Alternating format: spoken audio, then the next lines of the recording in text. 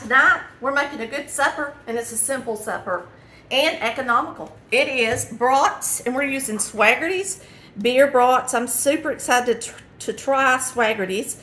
And so we're gonna open this up, and we're gonna chop these up and get them in our skillet, and then add our onion and some pepper to it.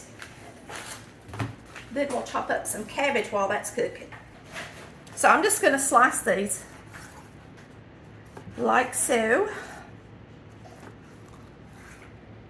All right, so I'm gonna lay them right here so I can chop up my onion and my peppers. All right, so we are going to chop us up an onion and a few peppers real quick so that they can get in there and sizzle with our delicious sausage. And this is pretty much what flavors everything and flavors our cabbage is the onion, the pepper, and the sausage. There's plenty of seasoning in the sausage. These are sweet peppers, and they add a lot of flavor. Just absolutely delicious. I love the colored peppers, don't you, Chris? Mm-hmm. They add a lot of color to it. Yeah, and flavor. I think they have a sweeter flavor, actually, than the bell pepper does, to me. I'm going to put a little bit of olive oil in there, because I don't know how fatty this is.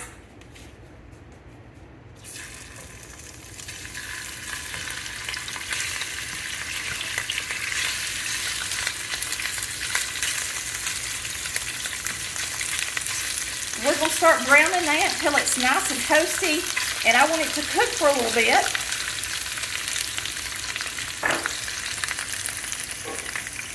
And I'm going to cook this meat just a few minutes before I add my vegetables, all right?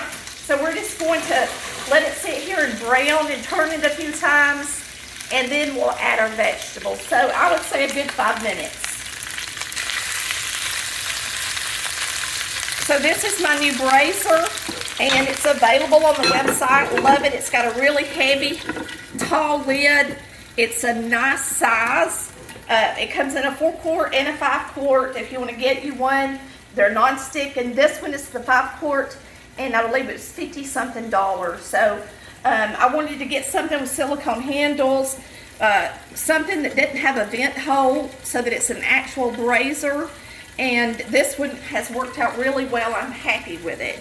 Now, of course, you could use a skillet to do this with. You don't have to have a brazier. All right, now I know these were in a casing, and I opened them up, and that's just gonna make it taste even better. We didn't want them in a hot dog bun. We wanted them with some delicious cabbage tonight, and of course you can do that. So, they're cooking up. And while they're cooking up, we're going to add the peppers and the onions. They're looking good, and I cut them in nice big pieces, so we'll get a nice bite when we eat.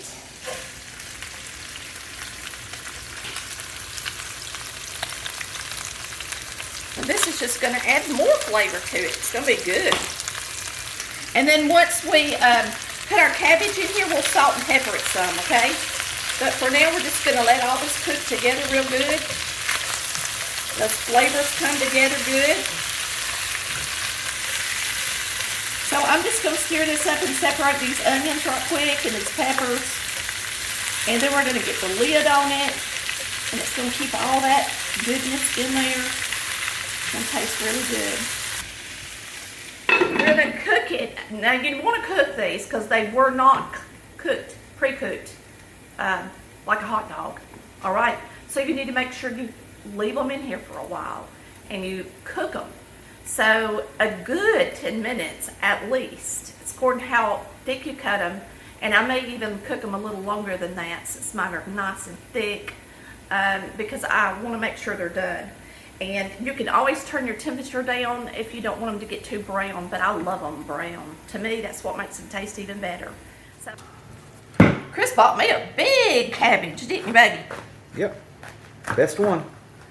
All right, so I think that'll be enough.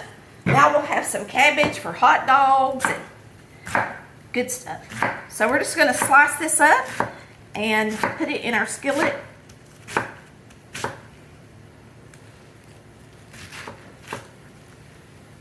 And you can slice it however big you like it.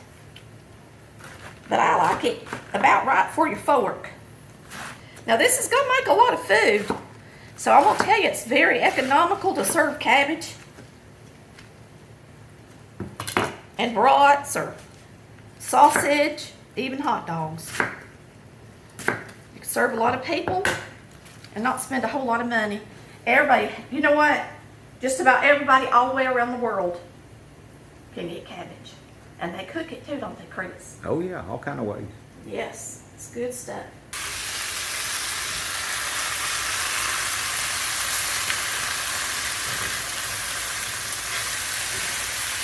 This pan's doing so good. It's a non-stick, and all that goodness is coming right back off into the vegetables. Ooh, it smells good. On it, Chris. Absolutely. You can't beat any kind of pork. Always is good. Take out a piece of sausage and try it. Because this is going to cook a little bit with the cabbage too. Taste it. Yep. Let's cut it in half right here. Okay. It's done. Having that lid on there, y'all, helps it cook quicker too.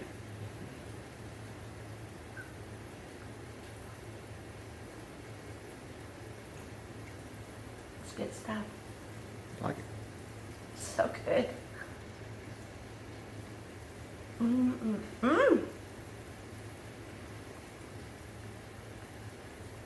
That's good. First time I had their brats. It's delicious. All right. So we're just going to pour it in there. The great thing about this brazier is it's got these silicone handles.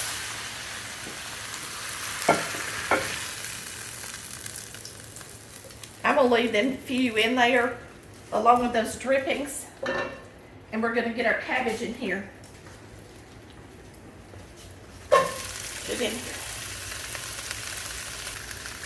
All right. Now let's salt and pepper it. I'm going to put a little butter in it.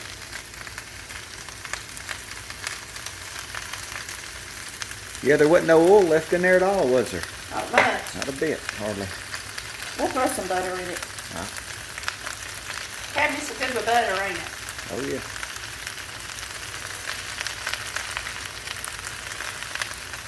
And salt it.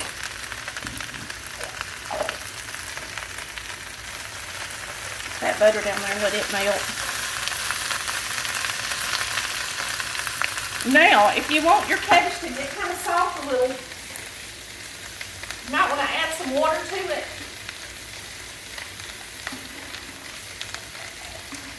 What I'm going to do, add a little water to it, put the lid on it.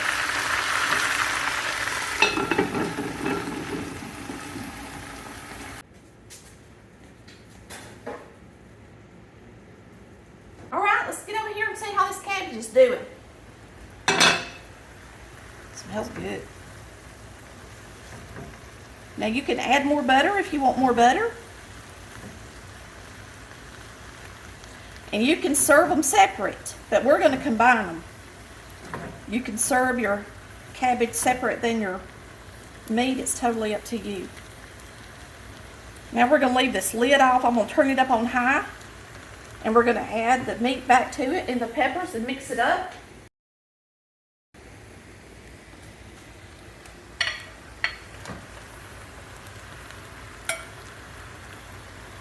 All that juice in there. Good stuff.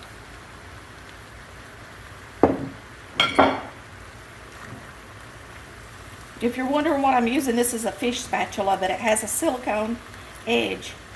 So it's friendly to these non-stick pots. Now that sausage is going to flavor it too. Simple dinner. One pot meal.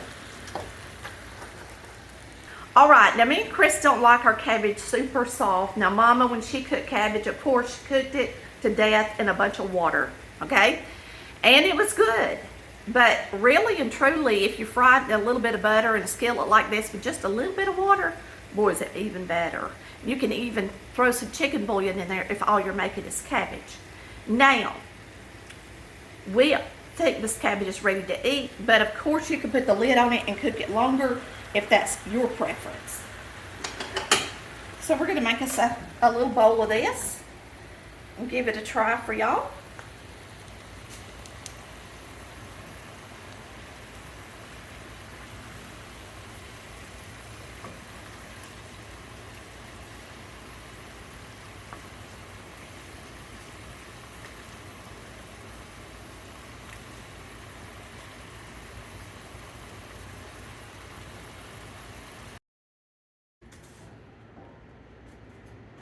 All right, we're going to pour this up.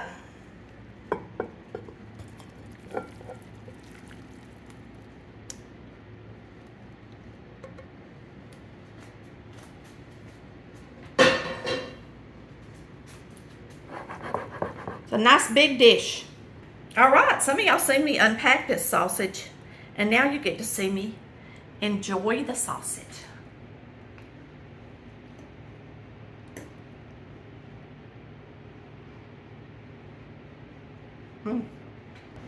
That is really delicious, and it's got a hint, I think, of sweetness, and I don't know if it's from the cabbage or if it's from the sausage, but I think, and it could be from the peppers even, but it's just really good.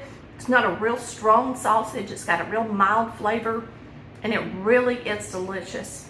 Me and Chris are going to enjoy our supper tonight, and thanks to Swaggerty Sausage. A big shout out to Swaggerty's for sending us some sausage to try so that you folks would know how good it is. All right, we'll see you next time on Collard Valley Cooks, where we cook like our mamas did. Y'all buy a cabbage and some sausage and make you a good supper on the budget. Bye, love ya. Cooking time, it's over now. Tammy, she just showed you how to cook it up like Mama used to do. So go on.